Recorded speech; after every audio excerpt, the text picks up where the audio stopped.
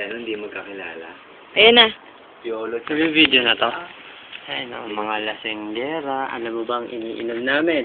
Red Horse. Isa na lang. Sabi nga ng mga Kapampangan, Red Horse. Red Horse. Red Horse. Red Horse. Siyempre. So, yung mga English words nyo, handaan nyo na. Use in a sentence. Gumawa tayo ng pang YouTube. YouTube.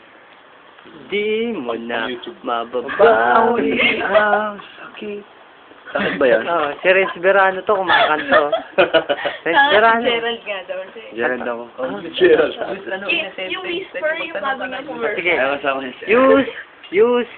Use calculator in a sentence. Calculator, hindi ko alam yun. Sino ba naaalam Tanga sa po, ano yun? Calculator? Sige, sinabi na kanina. Di ba yun yung ano?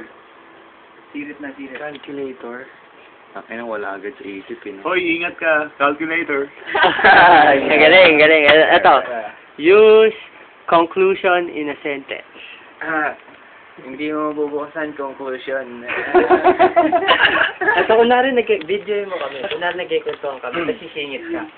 Yung ano nga, yung sa ano, Oo. Ito, hindi. Alam mo ba, pare, nagmula tayo kay Embat Adan. Sabi ko, talaga? Talaga? Sabi nung tatay ni Marjan. Hindi ako nasisingit eh. Cut. Isa pa, 1, 2, 3, go. Alam mo ba, Brad, lahat tayo nagmula kay Embat Adan. Talaga? Pare, huwag natin pag-usapan yung pamilya. Hindi. Sasabihin mo muna talaga. Sabi ng tatay ko, nagmula tayo. Oo, yun. Sabi ng tatay ko. Tangin ang bodoy naman. Sabi ng tatay ko, sabi ng tatay ko, nagmula tayo. Okay. Oh, game. 1, 2, 3, go.